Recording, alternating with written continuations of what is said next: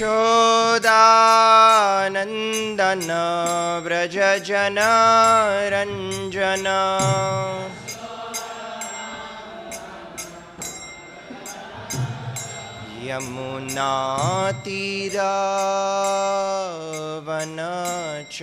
यमुनातीरावनचारी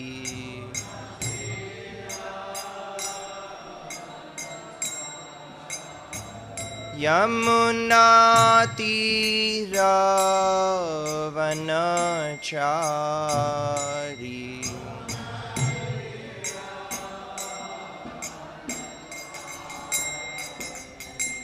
जय राधा माधव जय कुंज बिहारी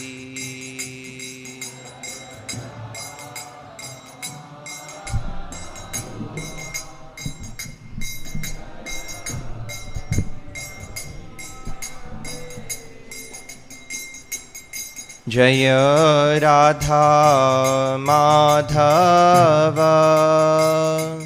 जय कुंज विहारी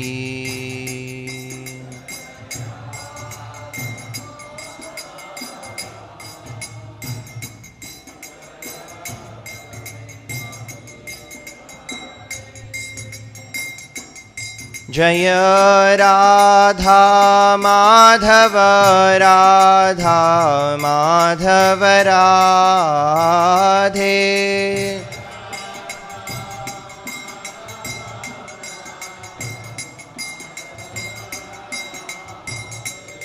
जय पंचतत्व जय पंचतत्व पंचतत्व जय पंचतत्व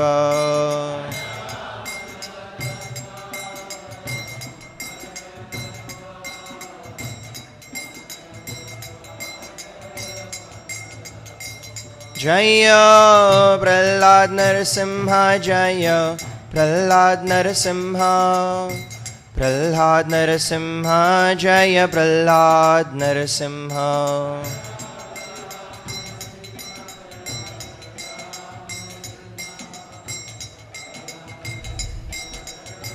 जय जय प्रभुपाद प्रभुपाद प्रभुपाद प्रभुपाद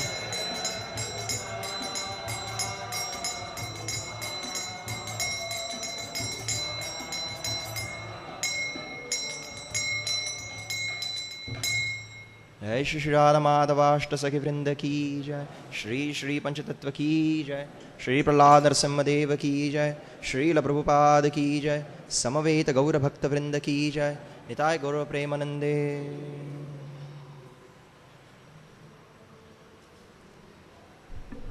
ओम नमो भगवते वासुदेवाय ओम नमो भगवते वासुदेवाय ओम नमो भगवते वासुदेवाय। So reading from Srimad Bhagavatam, Canto 8, Chapter 22, Shloka 27. Mana Stambha Nimittanam Janma Adinam Samantataha Sarvashreya Pratipanam Hanta Muhyet Na Matpara Manastambha Nimittanam Janmadinam Samantata Sarvashreya Pratipanam Hanta Muhyen Namatpara Manastambha Nimittanam Janmadinam Samantata सर्वश्रेयः प्रतीपानां हन्तमुह्येन्नमत्पर मानस्तम्भनिमित्तानां जन्मादीनां समन्तत सर्वश्रेयः प्रतीपानां हन्तमुह्येन्नमत्पर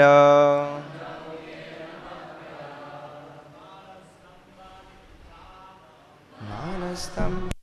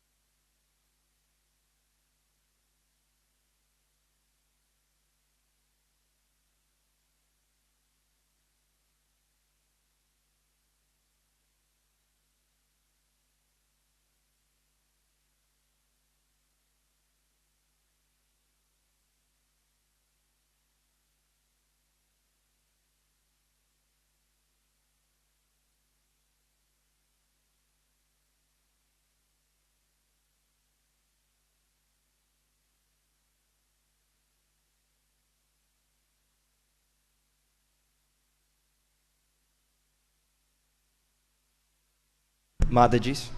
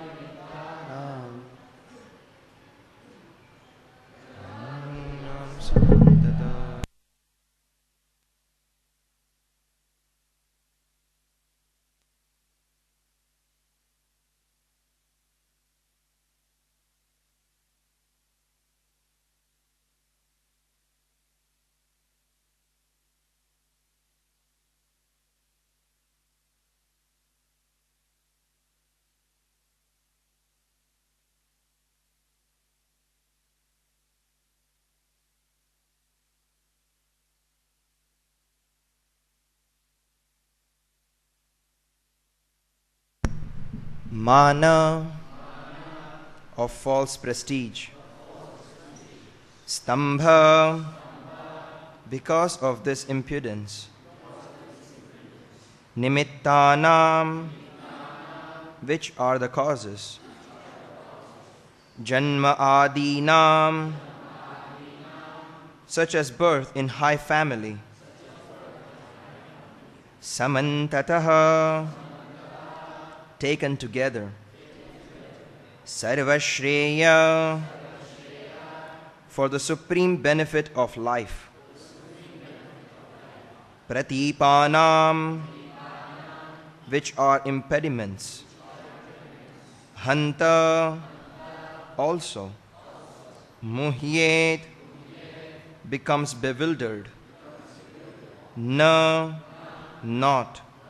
Matparaha my pure devotees. Translation and purport by His Divine Grace Srila Prabhupada. Translation: although aristocratic birth and other such opulences are impediments to advancement in devotional service, because they are cause of false prestige and pride, these opulences never disturb a pure devotee of the Supreme Personality of Godhead. Purport: devotees like Dhruva Maharaj, who was given unlimited material opulence, have the special mercy of the Supreme Personality of Godhead. Once Kuvera wanted to give Dhruva Maharaj a benediction, but although Dhruva Maharaj could have asked him for any amount of material opulence, he instead begged Kuvera that he might continue his devotional service to the Supreme Personality of Godhead. When a devotee is fixed in his devotional service, there is no need for the Lord to deprive him of his material opulences. The Supreme Personality of Godhead never takes away material opulences achieved because of devotional service, although He may sometimes takes away opulences achieved by pious activities. He does this to make a devotee prideless or put him in a better position in devotional service. If a special devotee is meant for preaching but does not give up his family life or material opulences to take to the service of the Lord surely takes away his material opulences and establishes him in devotional service.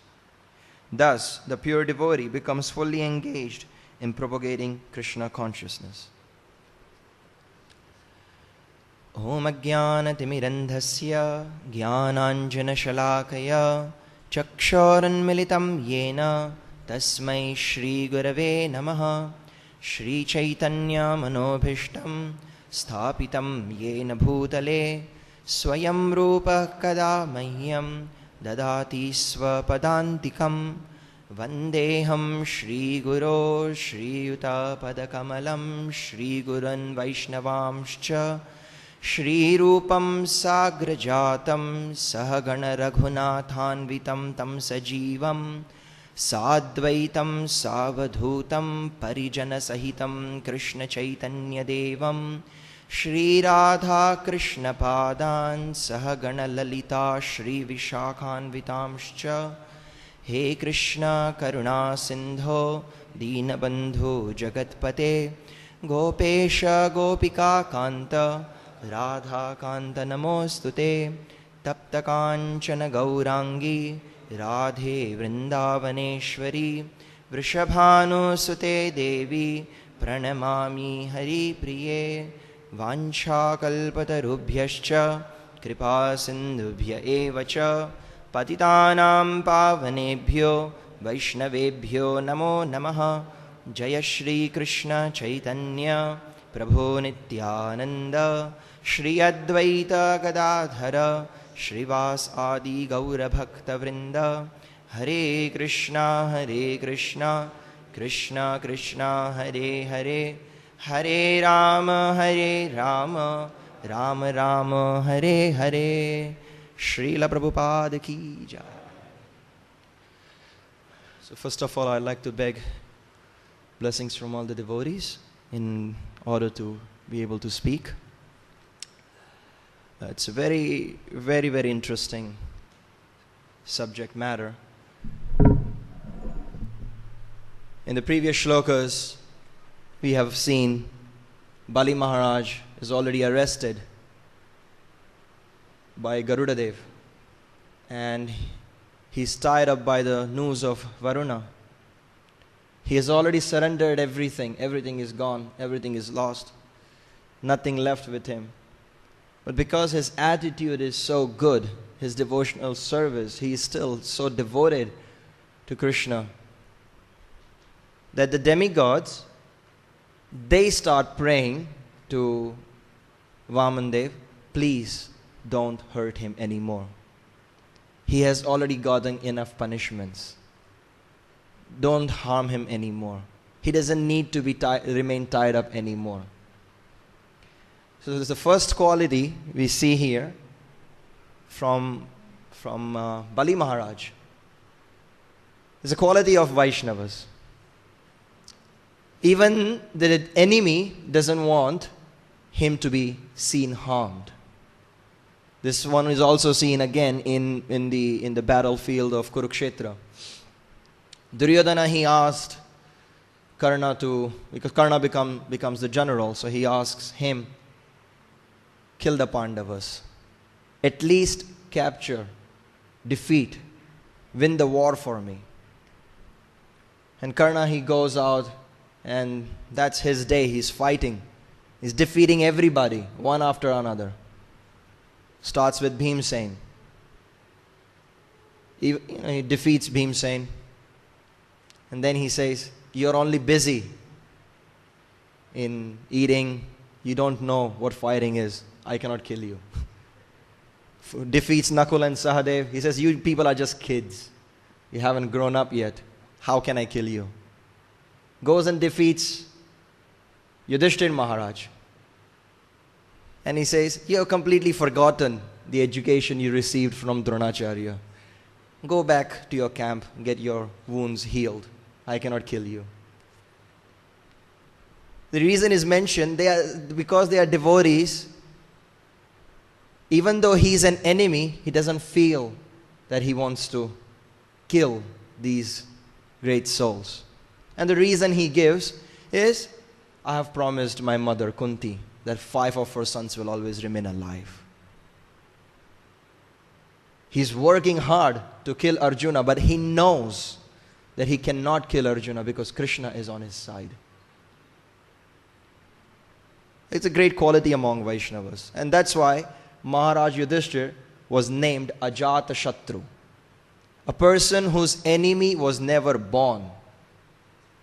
If you see throughout his life, he's always enveloped with his enemies.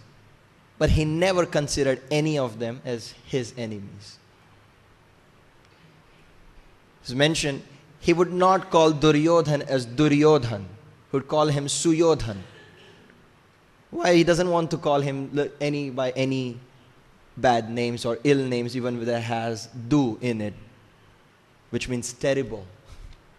Duryodhan means one who is a terrible fighter, terrible warrior. No, he's a good warrior. So this is the quality of Vaishnavas. And then Vamandev, he starts speaking to Lord Brahma and to all the assembled demigods. He says, to get rid of the pride among the devotees, sometimes he takes away the material opulences. And he's explaining. And here, he says, even though a devotee might be born in a big aristocratic family, may have a lot of opulence, but they never get attracted to it because they know that it will take them down from the path of devotional service. And if it sometimes doesn't, they do get involved with pride, then Krishna helps them. Some time ago, I was reading, and in Varaha Puran, Krishna himself mentions the devotees, many times, they get, when they are about to leave their body, they may be going through a lot of sufferings. And in Bhagavad Gita, Krishna mentions at the time of death, whatever you remember, that's what you will become in your next life. Whatever you think about, that's what you will be. But in Varaha Puran, he also mentions, he says, my devotees at the time of death, if because of some physical problem, they are unable to remember me, seeing what they have done throughout their life, I still take them back to Godhead. Because they have done so much. And it is repeatedly seen, Krishna always gives us different signs. Okay, don't go on this path. You're going to go wrong. He shows something else. There is always multiple things comes in our life which we can learn that we should not go down this path, otherwise we will be in trouble. But many times due to attachment, we don't follow. And then we hit hard ground. And that's when we wake up.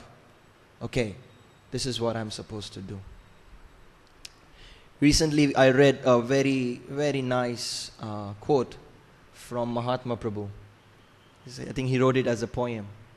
He says, I entered the door of Goloka Vrindavan, and I was surprised, and I was shocked, not by the beauty of Goloka Vrindavan, not by the wonderful things over there, but by the devotees in there. He said, there was the Sankirtan leader who stole the money of the deities 3 times. There was my temple president who was a nasty fellow throughout my whole life. And then he goes on, there was this person who did this, this person who did that. How in the world they all ended up over here in Goloka Vrindavan? And then he mentions, and then I see my spiritual master standing, and I ask him, what are these people doing here? And why are they looking at me with such a surprise? And he says, because they are thinking the same thing that you are thinking about them. And then he mentions, every devotee has a past, and every sinner has a future. So don't judge anybody because of their present situation. They will turn into great devotees. And if you see Krishna, repeatedly he has done that. He never gave up on us. On many occasions, we gave up on the Lord.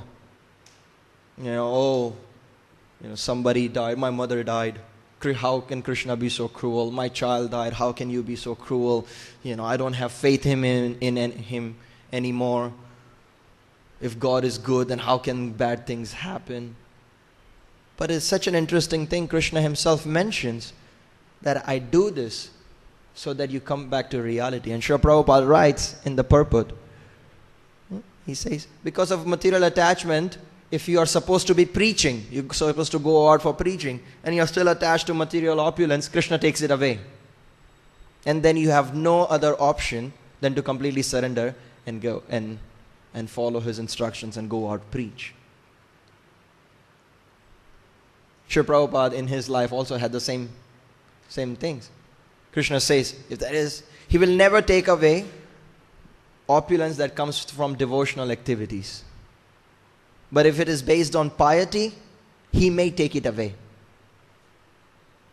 And I heard from different Vaishnavas that Srila Prabhupada mentioned to them, Krishna said, go down to the material world and preach.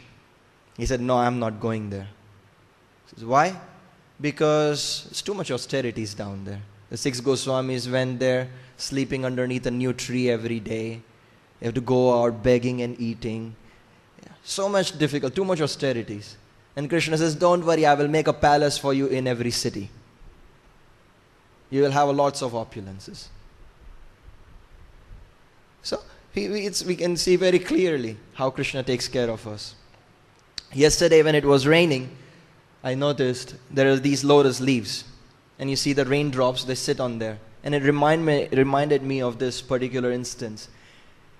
That if the lotus leaf was not there, the water would have either went inside the mud, disappeared, evaporated, anything happens. But because it's there on the lotus leaf, it looks like a beautiful pearl.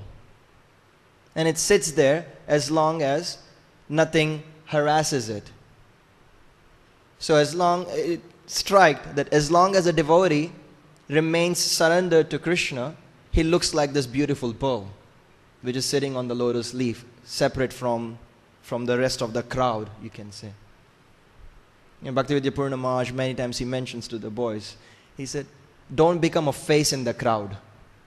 Do something special for the pleasure of Srila Prabhupada. Don't be an ordinary person. So it looks like that. You have the lotus leaf and a drop of rainwater on top. Beautiful pearl. And everybody, people take pictures and put it up on their, on the walls and this and that. Well, it looks beautiful. Just like Krishna, how he holds us up and takes care of us. And then even in the life of the Pandavas, they have been through so many things.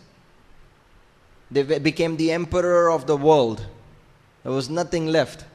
And then Krishna took away everything. And they become, forest dwellers.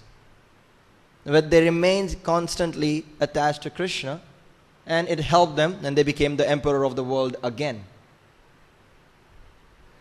So, the point from what I understand from this purport is, as long as we are devoted to the Lord, as long as we don't do something against the will of Krishna, He is taking care of us. Before, when I got married, I asked my Guru Maharaj for his blessings. And he wrote his blessings in a letter. He said, as long as you follow the rules and regulations of Grihastha Ashram properly, you have my blessings. As soon as I don't follow, I don't have his blessings. That's what it means. To maintain the blessings of my Guru Maharaj. So that's a very powerful statement. If you want to be successful, you follow the rules and regulations and you will have my blessings.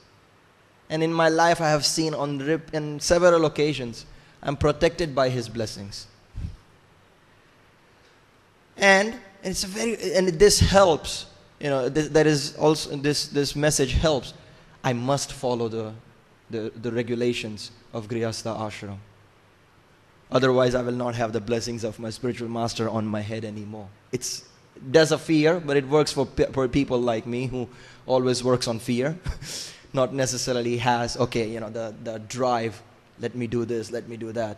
Oh, if I don't do this, you have that. That's why Krishna, he mentions, I think Prahlad Maharaj, he mentions, is always perform activities that you will remember Krishna. And don't perform activities that you will forget Krishna. So you always remember him and never forget him. How do we follow this? What does it mean? Always remember and never forget. What is the difference between the two? It makes it, if you think about it, it's the same thing. If you're always remembering, you cannot forget. But if you never forget, you're always remembering. So what is the difference between the two? The simple difference is about the consciousness. It's the same thing. Okay, I don't forget to offer bhoga to the Lord before I eat. So I like to eat, nice halwa. So I will make the halwa, offer it to the Lord, and then I will eat. And then, so that's never forgetting Krishna. And what is always remember Krishna? Oh, Krishna would like to eat halwa. And because it's rainy season, it's raining outside, it's cold, so hot pakoras are good. With some nice tamarind chutney, it's good. Okay, so let's make that for Krishna. And then we can have that. So it's just the difference of mentality. And in this difference of mentality, it makes a big difference of that I did not forget him and I am always remembering him. Just like you have the fish. It hatches eggs. It lays eggs in the water. And how does it hatch? It's constantly remembering, it's meditating on the babies, on the eggs. And that's how the eggs hatch and the fish comes out. So that's always remembering, constantly, like a mother. There is pastimes comes when Krishna wants to go out tending cows, and Mother Yashoda has beautifully dressed him.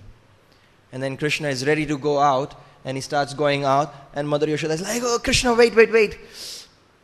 You don't have a flute on your waist. Okay. He comes back, gives him a flute.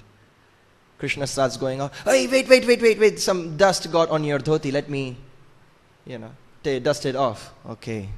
It goes off. And all the cowherd boys are waiting. And Krishna starts walking off a little bit. Oh, Krishna, wait. Like, what happened? Oh, no, something fell on your hair. He's always thinking. And then Krishna is like, Ma, can I go? He says, okay, you can go. And they are all waiting. Dinabandhu Prabhu mentions it very nicely. He says, they are waiting till Krishna takes this turn, out of the village.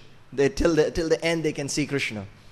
And till that time, all the cowherd boys are very sober. They are peaceful. They are walking. Everybody taking care of the cows, walking. And all the cowherd big men, all the gopis, Mother Yashoda, they are looking. Okay, they are all nicely going. And as soon as they take that turn, that curve on the road where everybody else cannot see, it just turns wild. And they start snatching each other's tiffin boxes, throwing around here and there, playing around, messing around, cows are running around. It goes wild. But throughout the whole day, the gopis and Mother Yashoda, they are constantly thinking about Krishna. So Mother Yashoda goes back inside, starts cooking.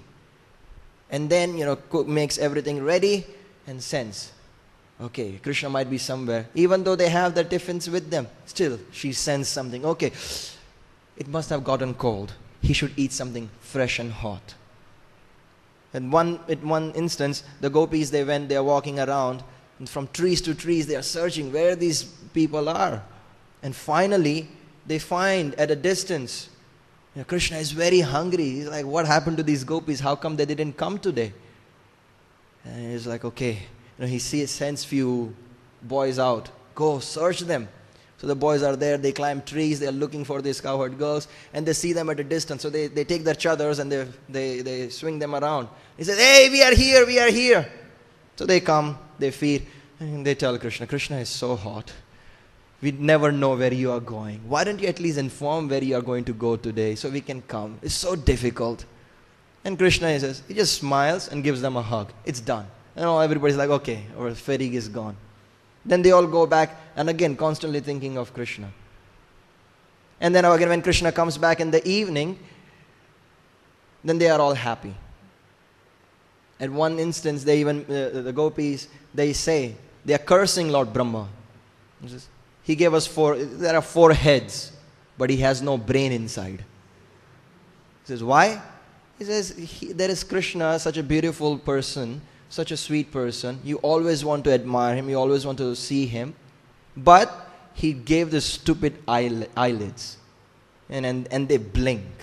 And when they blink, we cannot see Krishna. He has no brain. He has 4 heads but no brain. So this is what Krishna wants us to come on this level. That's why he himself comes in the form of Sri Chaitanya Mahaprabhu to teach us how to come up to this level. And then he continuously sends different devotees to bring us back on this level. That practically every day, many of us, we perform the 10th offense towards the holy name. Even though we have heard the glories of the holy name so many times, we all don't want to give up the material attachments. We say it every morning, the 10 offenses towards the holy name, many devotees, we say it every morning. But it's so difficult. It becomes so hard. So that's why Krishna makes it so much easy. He makes it easier and easier and easier. First he says, perform austerities for 60,000 years. Okay, because they can do that. Then, okay, you cannot do that, perform big yagyas. You cannot do that, perform deity worship. You cannot do that, you people of Kali Yuga are so dull-headed. Just perform Sankirtan. Constantly chanting the holy name of the Lord. This is enough. But for us it's so difficult that also. So Prabhupada said 64 rounds, we said no. Said 32 rounds, we said no. Said 16 rounds, we said no. He said no, minimum 16 you have to do. Made it so simple. But including myself, it's so difficult to chant 16 rounds every day. And as soon as you pull down that 16th bead, a big load is off the head. Okay, finally, I finished my rounds for today and I can do something else. That's why Srila Prabhupada, he commented once. He finishes 16 rounds. He says, I have completed my 16 rounds. Now I can do any damn thing I want in my life. He made a comment for us because that's our mood. So as long as we depend on Krishna fully, like Bali Maharaj, he's been depending. He says, okay, I fear. He says, my only fear is losing fame, of not being able to serve the Brahmana as I could. I don't fear being tied up with news. I don't fear going to hellish planets. I don't fear being punished by Vamandev. But I do not want to not please you. Even, and he mentions to Shukracharya, even though if he comes in the form of a Brahman, he's my enemy. But because he's in the form of a Brahmana, I cannot reject him. And what a fortune that a person who's taking care of the whole, thousands and thousands of universes is coming and begging 3 steps of land from me. And how can I say no? It says, very, very few fortunate people will get this opportunity to do this. And I don't want to miss it. In Ramayana it mentions that the Lord will come in our life at least 3 times. In everybody's life he will come. And we have to recognize him. If we don't recognize him, then is our misfortune. So there is an instance of Tulsidas. Somehow he managed to please Hanuman. And Sri Hanuman, he mentions, ask for anything you want. I'm very pleased with you. He says, I want to take darshan of Ramachandra. I don't want anything else. Okay, fine. Ramchandra will come to you. You have to recognize him. So he was there on the banks of river Sarayu grinding chandan. Ram Lakshman came in the form of prince. They came. He says, oh Baba, can we get some chandan to apply on our head? Yeah, sure, take. And they leave. And Hanumanji comes and he says, so, did you meet them? He says, no. He says, they just came. They met with you. He says, oh, those were Ram and Lakshman? Like, yes. Oh, again, please. He says, okay. They will come once again. So after some days, Ramchandra and Lakshman, they come as mendicants. He says, oh, Baba, can we get some chandan to apply on our head? Yeah, sure, take it. Yes. So, did you talk to them? To who? Ram and Lakshman, they just came. He says, no, I couldn't recognize them. He says, okay, this is the last time they will come. They will not come after this. Okay, you have to recognize. Again they come in the form as Ram and Lakshman. But when they were out as in their exile period. He says, Baba, can we get some chandan to apply on our head? And he says, yeah, sure, take it. Still didn't recognize. And then that time, Hanumanji is thinking, this was his last chance. If he doesn't recognize it this time, he's going to lose it. And then Hanumanji is mentioned. He starts singing in the form of a parrot. He says, Ram and Lakshman have come on the banks of river Sarayu begging Tulsidas for chandan. And Tulsidas is applying the chandan on Ram and Lakshman. And Tulsidas heard that and immediately grabbed his hand. He says, my Lord, please accept me. The same thing happened with Bilva Mangal Das Thakur. When he goes to Vrindavan, he's blind. And then Krishna comes. Oh, Baba, take some milk. I know you are hungry. My mother saw you hungry. I brought you some milk. Oh, he comes every day, starts. And at one point, I need to cross the road. And he was feeling this immense pleasure dealing with this small boy. And then one day, he grabbed Krishna's hand. And as soon as he touched him, he knew it was Krishna. And he grabbed him. He said, Krishna, that's you. And Krishna, he jerked his hand and he ran away and he stood there at a distance and started to laugh at him. And Bilva Mangal Das Thakur, he mentions, today you are jerking my hand and running away, thinking that I'm a weak man. But if you have real strength, you try and escape from my heart. I have encaged you. You cannot run away. And Krishna was so pleased, he gave him darshan that time. So many instances we have like this. And all instances happen so that we can bring ourselves on that level and see how we can please Krishna. Different devotees have different ways of pleasing Krishna. There was this one, a pot maker. His name was Gora from Maharashtra. He was always fully engrossed in worshipping Krishna. And he would make this pot. He was so poor. And at one point, Krishna decided that he wants to go and help him. So he went there in the form of a Shudra, and he said, I don't have any work. If you can please engage me in making these pots, and I can sell them for you. Okay, fine, sure, why not? So he is helping Krishna, is mushing the mud with his feet, making the pot, and Garuda Dev becomes donkey. So Krishna, he would put all those clay pots, put it on Garuda Dev, go out to the market, sell it, and bring back money. He is flourishing. He's becoming rich. And then one point, there was this great devotee called Dhyaneshwar. And he says, he goes to Dwaraka to take darshan of the Lord. And he was such a great devotee, he could see the Lord in the deity. But he says, Krishna is not present here. Where is Krishna? So he asked the pujaris, you people are not serving properly, the Lord has left the deity. He says, what? And so he sits down in meditation and he sees Dwarkadish is together with Garuda Dev, being a Shudra and a donkey in this devotee's house.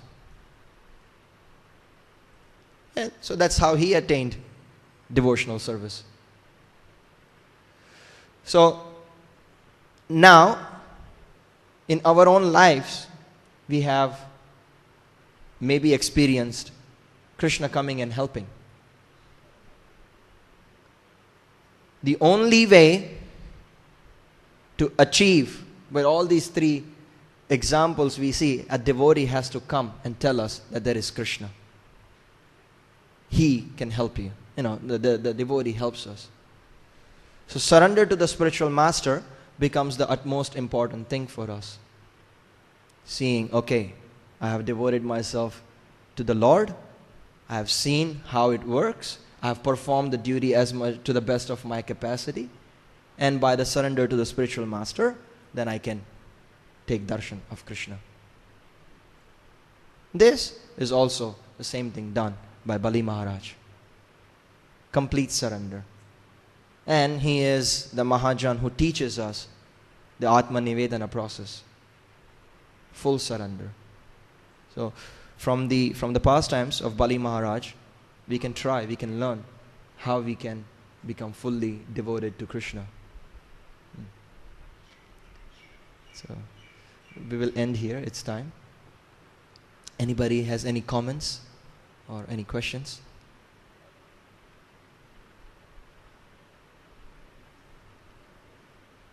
No? Okay, so we will... Oh, yes, Prabhu.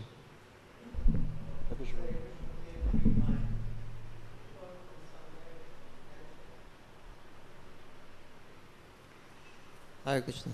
You mentioned Krishna appears 3 times. Did you quote, it was from...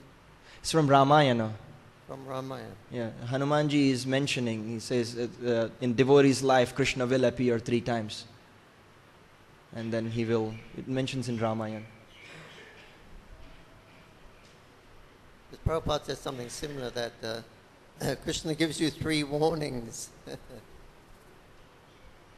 about coming to the material world. Mm-hmm. Okay, from Ramayana. Thank you. Thank you, bro. Anything else? Okay, so we'll end here. Granthara Srimad Bhagavatam ki jai, Srila Prabhupada ki jai, Nitai Gaur Premanande.